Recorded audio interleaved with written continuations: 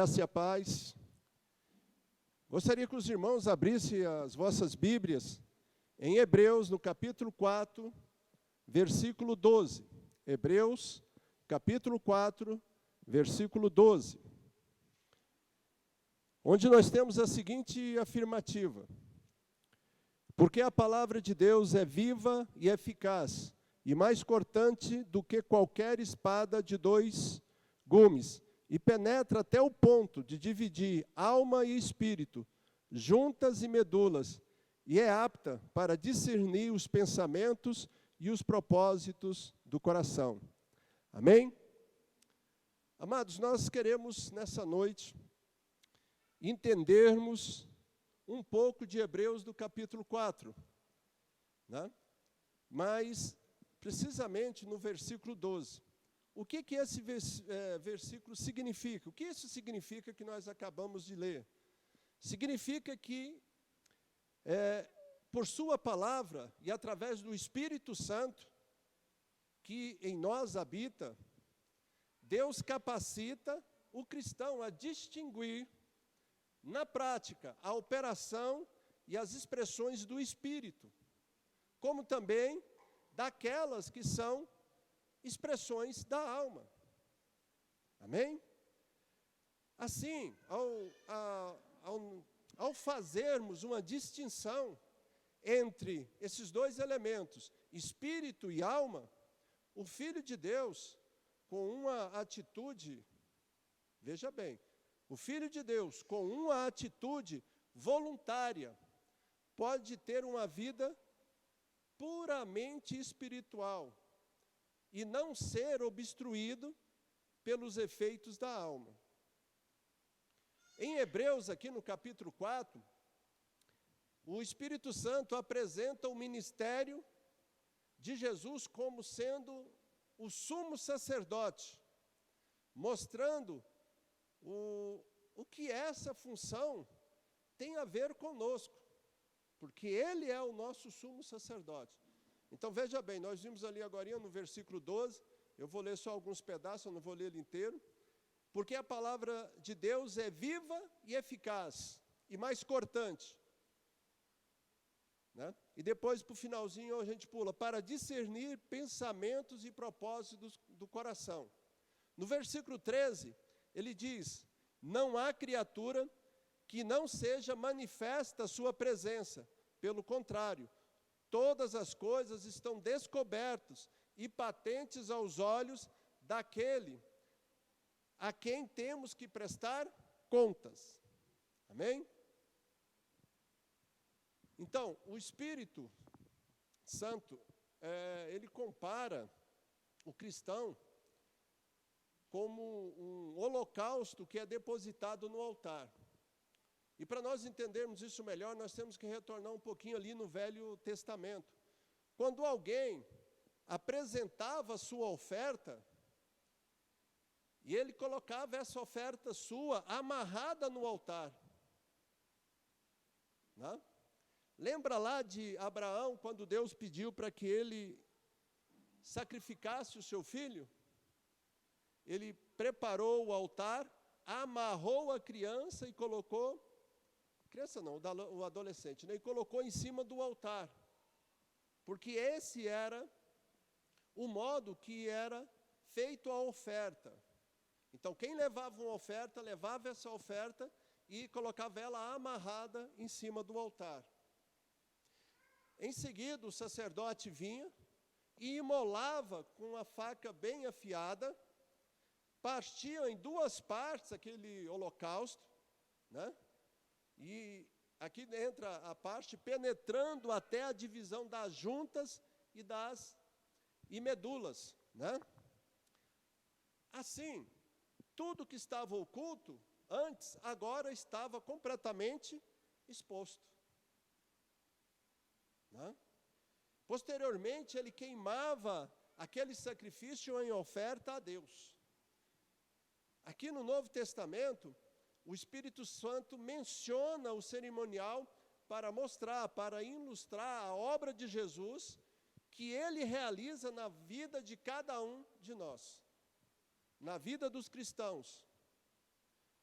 bem como a experiência que nós podemos obter com o Senhor através dessa entrega, né? Como no passado, o sacerdote cortava os sacrifícios em pedaços para expor separadamente as juntas e a medula, da mesma forma, hoje, a palavra de Deus, usada pelo sumo sacerdote, que é Jesus Cristo, divide a alma do espírito do cristão. Amém? Qual é o objetivo disso? O objetivo é que a alma não pode influenciar o espírito. Nem o espírito deve estar sobre a autoridade da alma. Assim, cada um deve ocupar a sua devida posição, sem causar confusão. Ok? Da mesma maneira, amados, da mesma maneira que por ocasião da criação, a palavra de Deus operou fazendo separação entre luz e trevas. Agora, ela opera dentro de nós como uma espada de dois gumes, a espada do Espírito, e que divide o espírito da alma, para que a mais sublime habitação de Deus, que é o seu espírito, fique completamente separado dos vis desejos da alma. Porque o Espírito Santo habita no seu espírito. É o templo que é feito não por mãos de homem, que a palavra de Deus faz menção. E nessa jornada, a cruz de Cristo nos chama, nos conclama a que nós odiamos nossa vida natural, procurando sempre uma oportunidade de prendê-la e de não conservar ela em atuação. O Senhor quer que cada um de nós sacrifique o nosso eu, o nosso ego, né? E nos rendemos totalmente à operação do Espírito de Deus. Nós temos que nos entregar ao Espírito. Para quê? Para que nós possamos experimentarmos constantemente a verdadeira vida no poder do Espírito Santo de Deus. Porque esse é o objetivo de Deus para nós. E sobre a liderança do Espírito de Deus, nós devemos depositar, nós devemos entregar à morte, todos os dias, as nossas opiniões, os nossos esforços, os nossos pensamentos. Se não entregarmos à cruz todo esse poder, toda essa impaciência, toda essa atividade da vida natural, que nós devemos entregá-la a elas uma de cada vez, e se não mantermos uma vigilância constante, né? Não é à toa que a palavra de Deus fala, vigiai e orai. Por que o vigiar? Porque se nós não vigiarmos, né, a alma, ela volta a assumir o controle, ela volta a governar, ela lança a mão de tudo que ela consegue alcançar para voltar a existir e para voltar a te manter naquele tempo de cativeiro. E é isso que nós temos que entender, o propósito e o objetivo de Deus. A razão de sermos, sofrermos, aliás, a razão de termos sofrido tantas derrotas na esfera espiritual, é que nós não aniquilamos totalmente a alma. O eu, o ego ainda está governando. Então, por permitir que essa energia da alma se misture com as experiências espirituais, e nós começamos a achar que tudo é experiências espirituais, os meus atos e as minhas atitudes são sempre instáveis.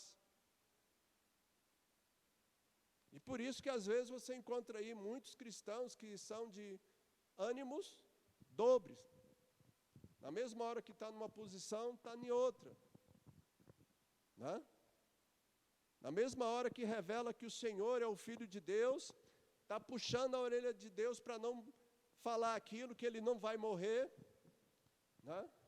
Então, na mesma hora que ele recebe um discernimento do Espírito, no outro momento ele está falando coisas da carne.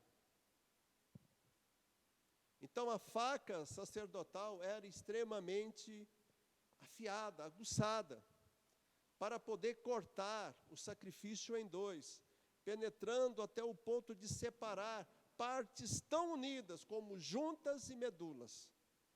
Do mesmo modo, a palavra de Deus que o Senhor Jesus atualmente usa como nosso sumo sacerdote é mais penetrante do que qualquer espada de dois gumes e é capaz de dividir completamente o espírito da alma, por mais intimamente ligados que eles estejam, ele vai fazer a separação.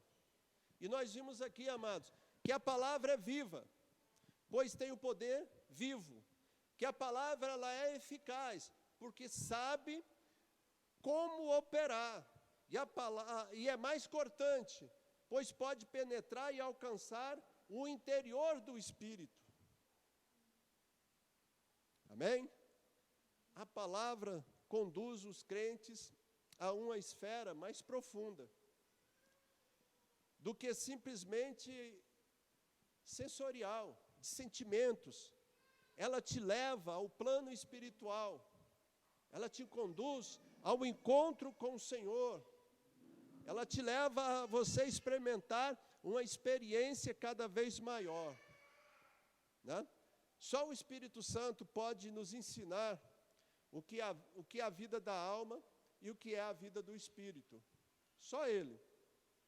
Somente depois de aprendermos a distinguir experimentalmente esses dois tipos de vida, é que nós chegaremos a compreender os seus respectivos valores.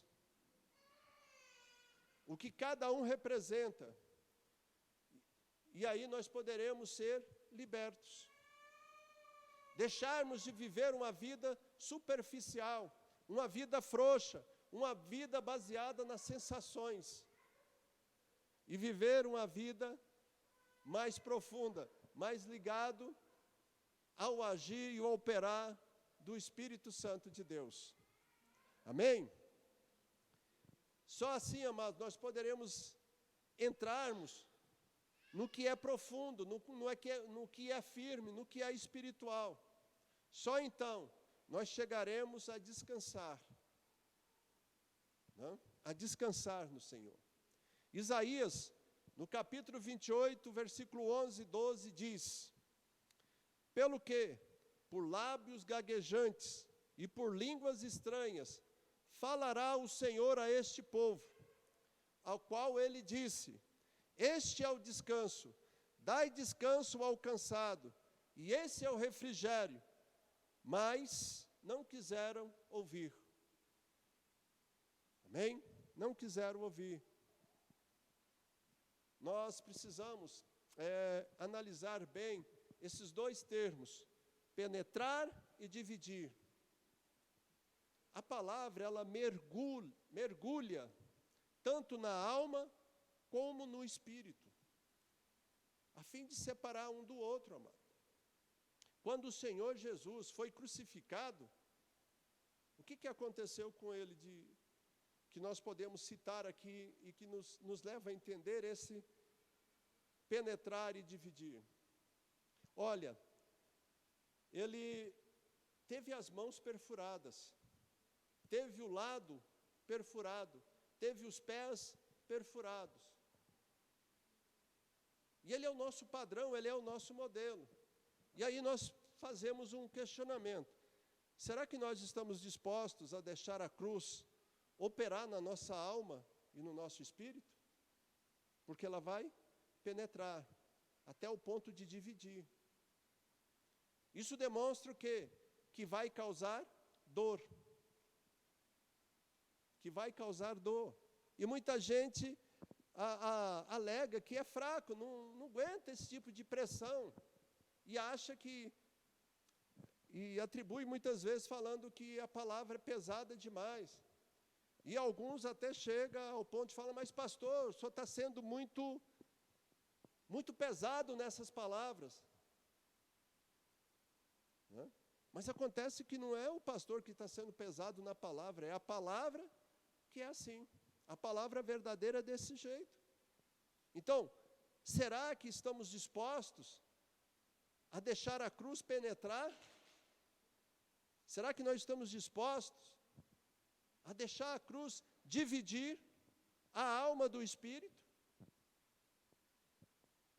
A divisão da alma e espírito, amados, não significa apenas separação, mas também é uma abertura, é uma brecha, é uma fenda na própria alma.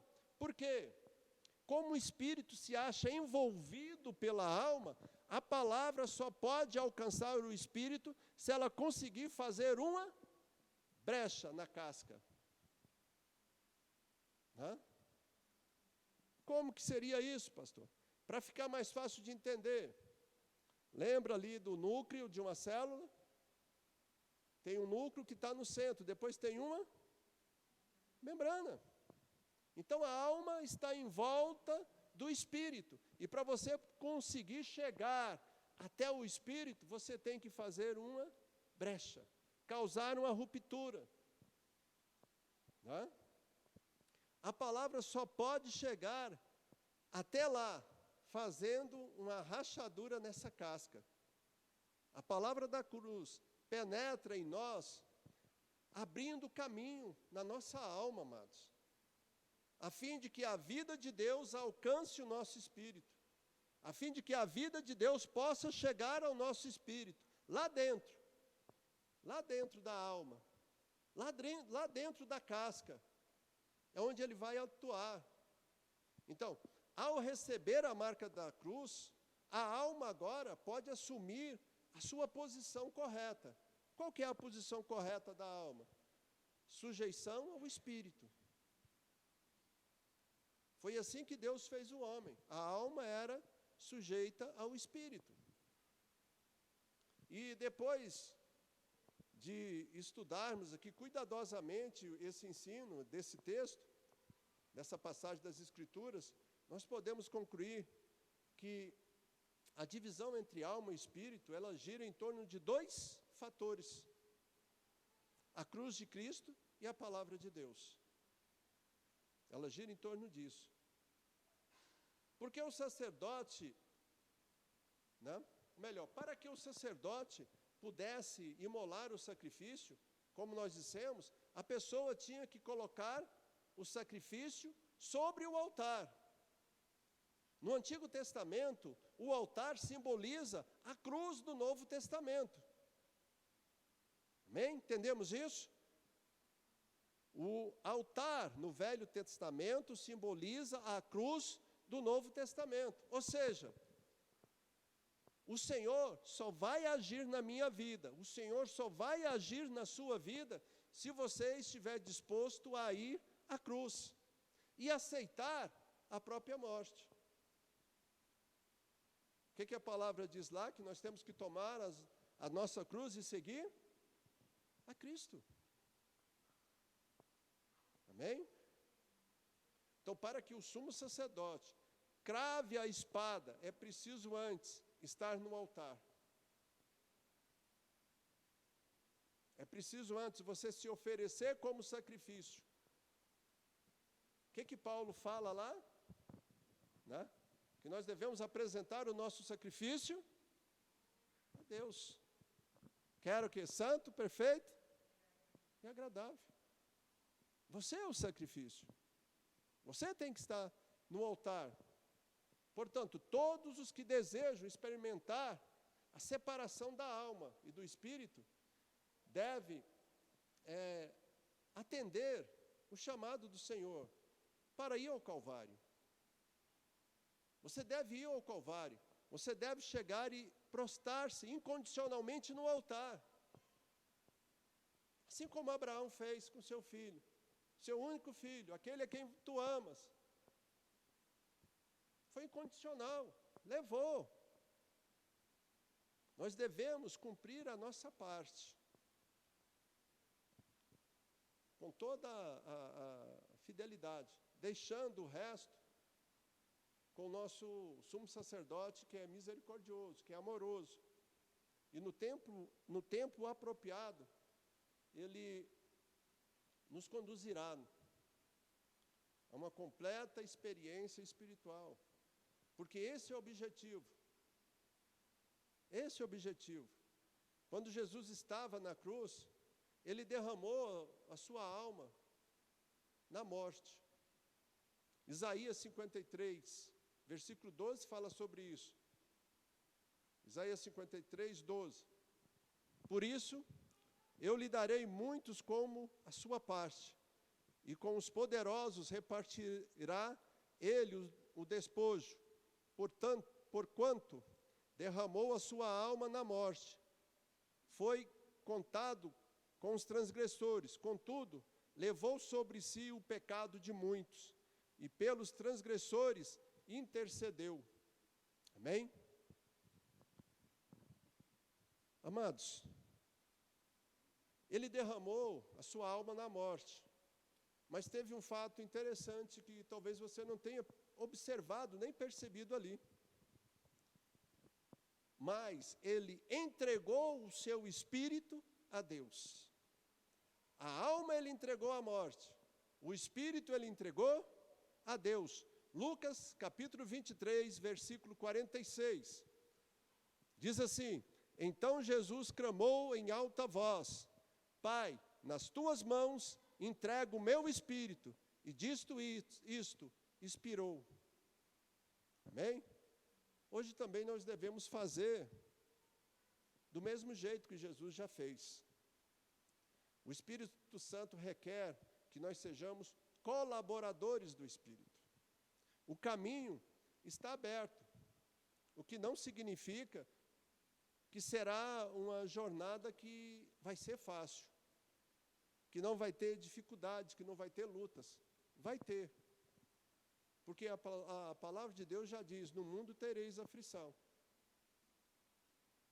E mesmo nós tendo aceitado o Senhor Jesus, nós ainda estamos no mundo. Né? Mas o Espírito Santo está conosco para nos convencer, para nos auxiliar, para estender as mãos.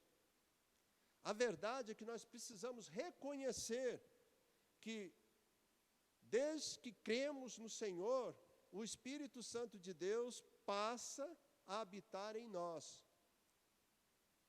Então lembre-se, o ato é simples. Você acha que foi uma coisa assim, não entende o poder da simbologia, né?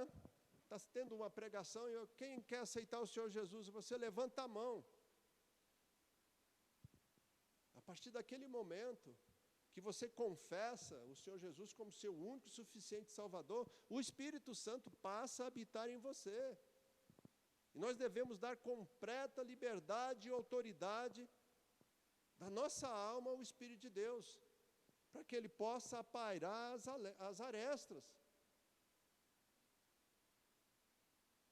Para que nós possamos cada vez mais ter um contato melhor.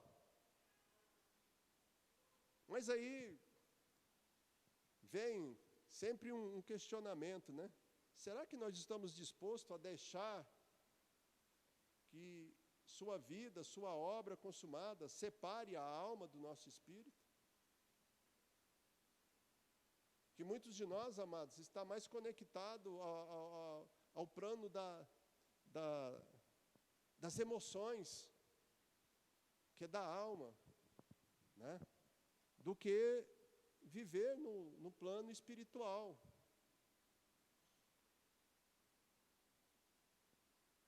Será? A Bíblia é a palavra de Deus escrita. O Senhor Jesus usa os ensinamentos dela para separar nossa alma de nosso espírito. Então, por isso que a gente sempre incentiva: olha, vamos ler a palavra de Deus pelo menos uma vez por ano. para você conhecer, para você poder usar, para você chamar os seus direitos e responder às suas obrigações, para que você esteja disposto a seguir as verdades que a palavra diz. Mas estamos dispostos a seguir as verdades da palavra? Estamos prontos para fazer o que as Escrituras está falando, está nos ensinando para fazer? Em Mateus, no capítulo 11, versículo 29, diz: tomai sobre vós o meu jugo e aprendei de mim, porque sou manso e humilde de coração, e achareis descanso para a vossa alma. Se desejamos ter uma verdadeira vida espiritual, devemos obedecer o Senhor em tudo o que Ele nos ensina, considerando a autoridade da Bíblia o suficiente para mim, não precisando de ajuda humana em nossa obediência. É a palavra de Deus que põe a descoberto mais e mais da nossa vida natural, amados, a fim de que a obra da cruz possa operar cada vez mais fundo no nosso ser, para gerar o quê? Gerar descanso. Quantos de nós não estamos descansando no Senhor? Estamos fazendo até a obra do Senhor pela força dos nossos braços. O Senhor quer que nós descansemos. Então, depois que a cruz efetua a sua obra em nós, nós deixamos de fazer planos para nós mesmos. Em vez de ficarmos ansiosos, buscamos com serenidade o reino de Deus e a sua justiça. Mateus capítulo 6, verso 33. Buscai, pois, em primeiro lugar o reino de Deus e a sua justiça, e todas estas coisas vos serão acrescentadas. Descansar no Senhor. Não existe nada mais vital para a vida cristã que andar segundo o Espírito todos os dias. Isso que nos mantém na condição espiritual estável. Nós temos que vigiar para não ser pego igual a folhas ao vento, com toda sorte de doutrina. Nós temos que ser equilibrados, nós temos que ser estáveis. Nós temos que nos livrar do poder da carne, porque assim nós estaremos obedecendo a Deus. Porque assim nós estaremos nos protegendo contra os ataques de Satanás. Amém? E Paulo, amados, Paulo fala sobre a ceia do Senhor.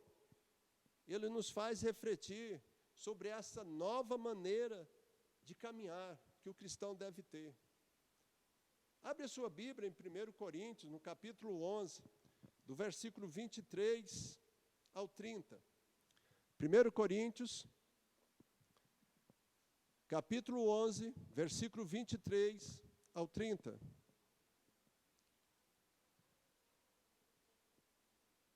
Diz assim: porque eu recebi do Senhor o que também vos entreguei, que o Senhor Jesus, na noite que foi traído, tomou o pão, e tendo dado graças, o partiu e disse: isto é o meu corpo que é dado por vós.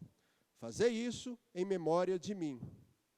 Por semelhante modo, depois de haver ceado, tomou também o cálice, dizendo: este cálice é a nova aliança no meu sangue.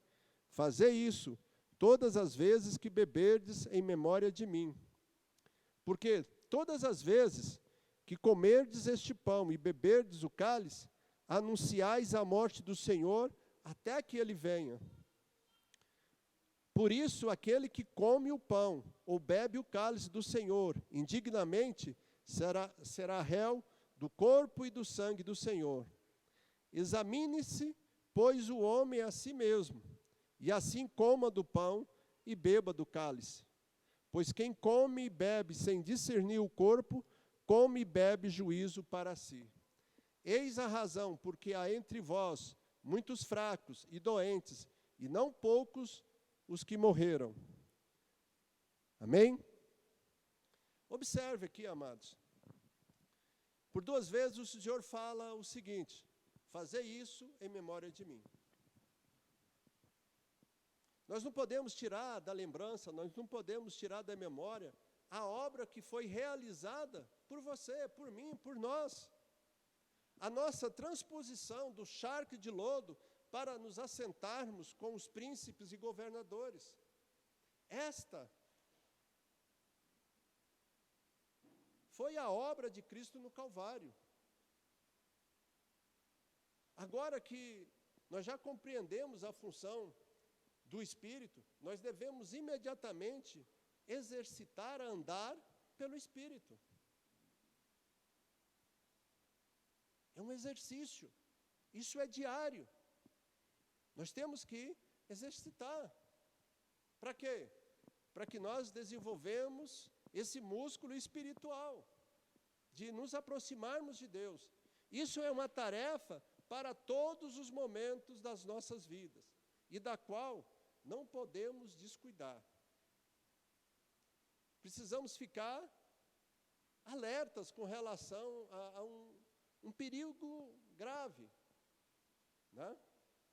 Que é receber o ensino do Espírito de Deus e depois rejeitar a direção do Espírito. Porque muitas vezes nós recebemos o discernimento, a revelação da palavra, mas na hora de colocar aquela revelação em prática, nós tomamos outra direção, amados. E é exatamente nisso que muitos crentes tropeçam e caem. Porque Deus não deixou de falar conosco, Ele continua falando conosco, mas nós não estamos obedecendo, né? Então, não basta adquirir o ensino do Espírito, nós temos que acatar a direção dele também. Muitas vezes nós ouvimos pessoas falarem sobre caminhar, ou melhor, sobre o caminho da cruz. Mas afinal, o que é o caminho da cruz? Nada mais é do que andar segundo o Espírito. Pois para isso é necessário que nós entregamos à morte o nosso desejo, os nossos ideais, os nossos pensamentos, sendo então indispensável que nós tomemos dia a dia a nossa cruz e sigamos a Jesus. Lembre-se, a morte para com o pecado é um fato consumado com Cristo Jesus. Quando Ele morreu, nós morremos com Ele. Mas a regeneração da alma não é algo consumado. É uma renúncia constante, renúncia diária, né? Por isso que Jesus disse: fazei isso em memória de mim. Ter uma vida espiritual, amados, então, é tomar a cruz a cada dia, negar o ego o tempo todo, e não dispor a nada para a carne. Romanos, no capítulo 13, verso 14, diz isso. Mas revesti-vos do Senhor Jesus Cristo, e nada dispunhais para a carne, no tocante às suas concupiscências. Fazei isso em memória de mim. Pois, ao receber agora a ceia do Senhor, existem vários estudiosos e cada um tem uma visão de um jeito da ceia. Eu entendo de uma maneira. Eu entendo que quando eu recebo a ceia, eu estou recebendo a vida de Jesus. Porque ela que foi entregue na cruz por minha causa. E através da participação da ceia do Senhor, eu tenho acesso à vida vitoriosa de Cristo, à vida real de Cristo e à vida livre de doenças e enfermidades. Do mesmo jeito que nós vimos ali, que existe lá os fracos, os doentes e os que morrem, se eu participo da ceia, que se eu estou em comunhão com o corpo de Cristo, o contrário acontece. eu terei uma vida de vitória, eu terei a vida real de Cristo, e eu terei uma vida livre de doenças e enfermidades. Lógico que pode ter alguns teólogos que discordam desse ponto de vista, eu respeito. Eu tenho esse ponto de vista. A linguagem do amor de Deus é que nós participemos da ceia. Quando nós fazemos isso em memória de Jesus, vai ser liberada uma resposta. E essa resposta é uma resposta de amor. E através dessa resposta de amor, algo será liberado sobre a sua vida, amados.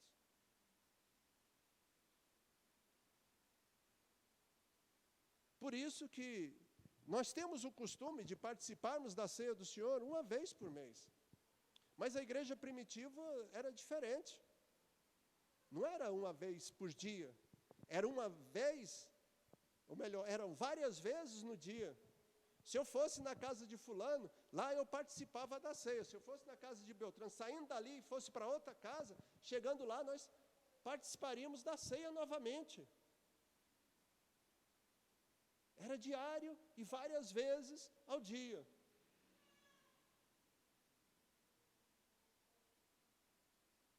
Amém? Mas nós temos hoje esse costume de uma vez por mês.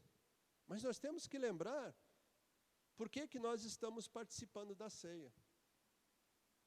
Por que eu estou comendo, por que eu estou bebendo o corpo e o sangue de Cristo. Amém? Que Deus abençoe os irmãos, em nome de Jesus.